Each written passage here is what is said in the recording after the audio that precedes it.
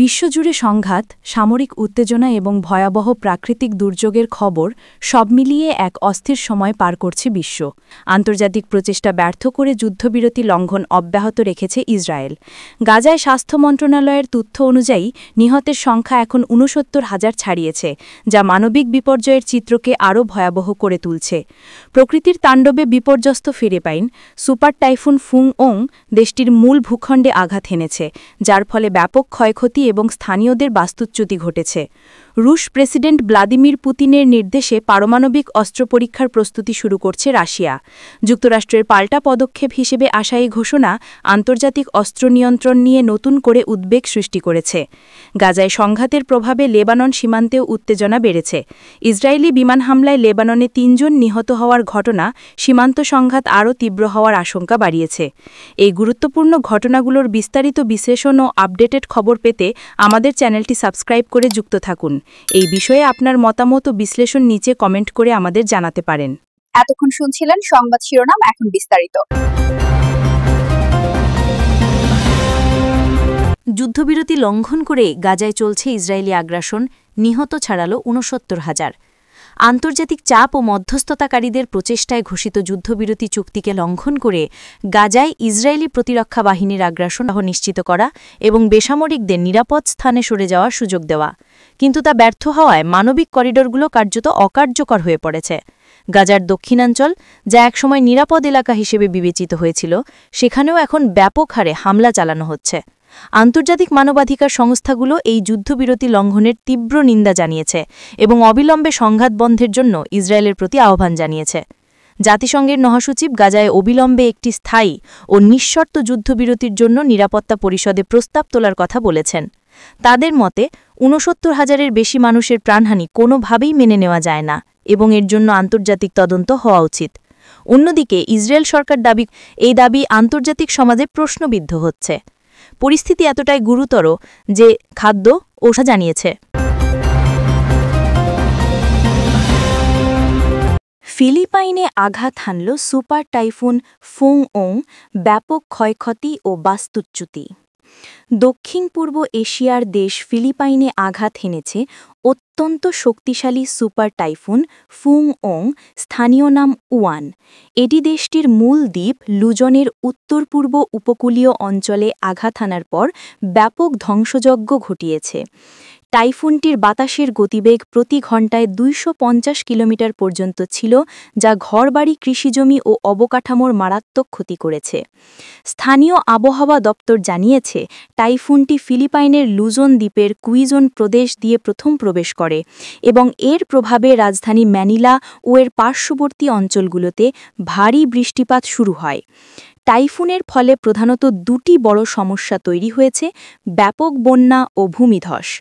উপকূলীয় অঞ্চলগুলো জলোচ্ছ্বাসের শিকার হয়েছে, যা নিচু এলাকার বাড়িঘরগুলোর সম্পূর্ণরূপে ডুবিয়ে দিয়েছে। প্রাথমিক রিপোর্টে জানা গেছে, টাইফুনের তাণ্ডবে কমপক্ষে ২ জন নিহত হয়েছেন এবং প্রায় ১০ লাখেরও বেশি মানুষকে তাদের বাড়িঘর থেকে সরিয়ে নিরাপদ আশ্রয়ে নিয়ে যেতে হয়েছে। সরকারের দুর্যোগ মোকাবিলা দলগুলো উদ্ধার অভিযান শুরু করেছে এবং ক্ষতিগ্রস্তদের জন্য জরুরি ত্রাণ ও চিকিৎসা পরিষেবা দেওয়ার কাজ চলছে। দেশটির বিদ্যুৎ সরবরাহ ব্যবস্থা মারাত্মকভাবে ক্ষতিগ্রস্ত হয়েছে, ফলে বহু অঞ্চল বিদ্যুৎবিহীন অবস্থায় রয়েছে। প্রেসিডেন্টের কার্যালয় থেকে দুর্যোগ পরিস্থিতি মোকাবিলায় জরুরি অবস্থা ঘোষণা করা হয়েছে এবং সামরিক বাহিনীকে উদ্ধার তৎপরতায় পূর্ণ সহযোগিতা করার নির্দেশ দেওয়া হয়েছে। সড়ক যোগাযোগ ব্যাহত হওয়ায় ত্রাণ পৌঁছানো বেশ কঠিন হয়ে দাঁড়িয়েছে। কৃষি নির্ভর এই অঞ্চলে ধান ও অন্যান্য ফসলের ব্যাপক ক্ষতি হওয়ায় খাদ্য নিরাপত্তা নিয়ে উদ্বেগ সৃষ্টি হয়েছে।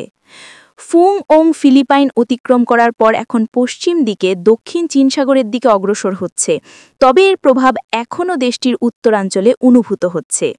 আবহাওয়াবিদরা জানিয়েছেন, এই টাইফুনটি সাম্প্রতিক বছরগুলোর মধ্যেই ফিলিপাইনে আঘাত হানা অন্যতম শক্তিশালী ঝড়।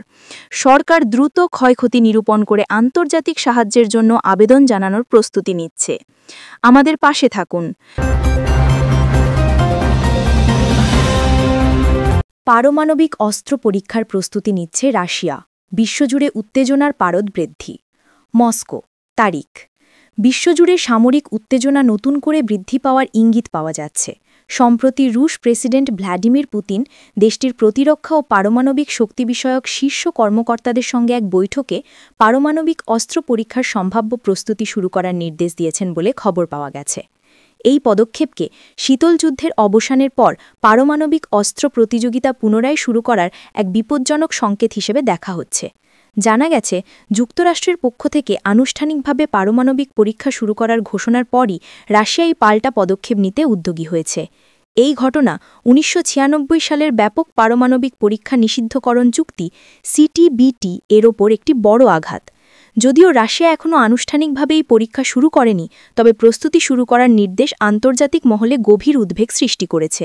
ক্রেমলিনের মুখপাত্র দিমিত্রি পেসকভ এই প্রস্তুতির বিষয়ে মন্তব্য করতে গিয়ে বলেছেন, রাশিয়ার জাতীয় নিরাপত্তা ও কৌশলগত ভারসাম্য বজায় রাখার জন্য এই পদক্ষেপ অপরিহার্য। তিনি জোর দিয়ে বলেন, যদি অন্য কোনো পারমাণবিক শক্তি তাদের পরীক্ষা শুরু করে, তবে রাশিয়া তার সুরক্ষা নিশ্চিত করতে সব ধরনের ব্যবস্থা নেবে। পশ্চিমা দেশগুলো, বিশেষত যুক্তরাষ্ট্র ও ন্যাটো সদস্য রাষ্ট্রগুলো এই রাশিয়ার পদক্ষেপের তীব্র সমালোচনা করেছে। যুক্তরাষ্ট্রের পররাষ্ট্র দপ্তর এক বিবৃতিতে মস্কোকে অবিলম্বে এই প্রস্তুতি বন্ধ করার আহ্বান জানিয়েছে এবং এই ধরনের পরীক্ষা বিশ্ব শান্তি ও নিরাপত্তার জন্য চরম হুমকিস্বরূপ বলে উল্লেখ করেছে। বিশ্লেষকরা মনে করছেন, এই পরিস্থিতি বিশ্বকে অস্ত্র নিয়ন্ত্রণের এক নতুন সংকটের দিকে নিয়ে যাচ্ছে। পারমাণবিক পরীক্ষার প্রস্তুতি শুরু হওয়ার খবরটি আন্তর্জাতিক স্টক মার্কেট এবং ভূরাজনৈতিক সম্পর্কেও নেতিবাচক প্রভাব ফেলেছে বলে বিশেষজ্ঞরা সতর্ক করেছেন। এই ধরনের পদক্ষেপ কেবলমাত্র উত্তেজনা বাড়াবে এবং বিশ্বের পারমাণবিক নিরস্ত্রীকরণ প্রচেষ্টাকে দুর্বল করে দেবে। এখন আন্তর্জাতিক মধ্যস্থতাকারীরা আশা করছেন যে কূটনৈতিক আলোচনার মাধ্যমে পরিস্থিতি সামাল দেওয়া সম্ভব হবে, যাতে চূড়ান্তভাবে কোনো পারমাণবিক পরীক্ষা না হয়। আপনার মতামত জানান। পারমাণবিক পরীক্ষার এই প্রস্তুতি বিশ্বশান্তির জন্য কতটা হুমকি বলে আপনি মনে করেন? আপনার মূল্যবান মতামত নিচে কমেন্ট বক্সে লিখুন। আন্তর্জাতিক সংবাদের গুরুত্বপূর্ণ আপডেট পেতে আমাদের চ্যানেলটি সাবস্ক্রাইব করতে ভুলবেন না। লেবাননে ইসরায়েলি বিমান হামলায় নিহত ৩, সীমান্ত সংঘাত আরও তীব্র হওয়ার আশঙ্কা। বৈরুত। লেবানন ও ইসরায়েলের সীমান্ত জুড়ে চলা উত্তেজনা আরও বেড়ে গেল। লেবাননের দক্ষিণাঞ্চলে ইসরায়েলি বিমান হামলায় কমপক্ষে ৩ জন নিহত হওয়ার ঘটনা নিশ্চিত করেছে লেবাননের স্বাস্থ্য মন্ত্রণালয়। নিহতরা লেবাননের সীমান্তবর্তী গ্রাম আইন এবেল এলাকার বাসিন্দা বলে জানা গেছে। এই হামলা এমন এক সময় ঘটল যখন আন্তর্জাতিক মহল সীমান্তে পূর্ণাঙ্গ সংঘাত এড়ানোর জন্য চেষ্টা চালাচ্ছে। লেবাননের রাষ্ট্রীয় বার্তা সংস্থা জানিয়েছে যে ইসরায়েলি যুদ্ধবিমানগুলো লক্ষ্য করে একটি গাড়ি এবং একটি আবাসিক ভবনকে লক্ষ্যবস্তু করে এই হামলা চালানো হয়। প্রাথমিকভাবে লেবাননের স্বাস্থ্য দপ্তর নিহতদের নাম ও পরিচয় প্রকাশ করেনি, তবে স্থানীয় সূত্রের খবর অনুযায়ী নিহতদের মধ্যে হেজবোল্লার সঙ্গে যুক্ত ব্যক্তি এবং সাধারণ বেসামরিক মানুষও থাকতে পারে। ইসরায়েলের সামরিক বাহিনী আইডিএফ এক বিবৃতিতে জানিয়েছে যে তারা লেবাননে হেজবোল্লার সঙ্গে যুক্ত অস্ত্র পাচারকারীদের একটি দলকে লক্ষ্য করে বিমান হামলা চালিয়েছে।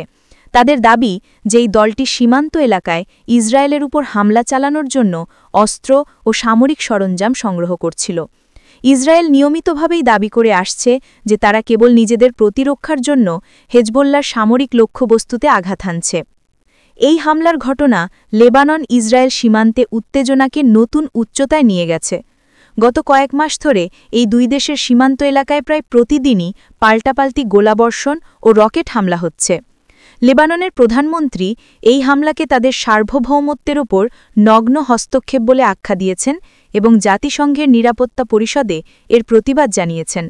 আন্তর্জাতিক পর্যবেক্ষকরা সতর্ক করে দিয়েছেন যে এই ধরনের হামলা পরিস্থিতিকে একটি বৃহত্তর আঞ্চলিক সংঘাতে টেনে নিয়ে যেতে পারে, বিশেষ করে গাজায় চলমান সংঘাতের প্রেক্ষিতে। জাতিসংঘের শান্তিরক্ষা মিশন ইউনিফিল উভয় পক্ষকে সংযম দেখানোর আহ্বান জানিয়েছে এবং সীমান্তে স্থিতিশীলতা বজায় রাখার জন্য আলোচনা শুরু করার জন্য মধ্যস্থতা করার চেষ্টা করছে। আলোচনায় অংশ নিন। লেবানন সীমান্তে এই সংঘাতের তীব্রতা বৃদ্ধি নিয়ে আপনার কি মনে হয়? আপনার ভাবনা আমাদের কমেন্ট করে জানান। মধ্যপ্রাচ্যের সংঘাতের সর্বশেষ বিশ্লেষণ ও ব্রেকিং নিউজ জানতে আমাদের চ্যানেলটি সাবস্ক্রাইব করে আমাদের পরিবারের অংশ হন।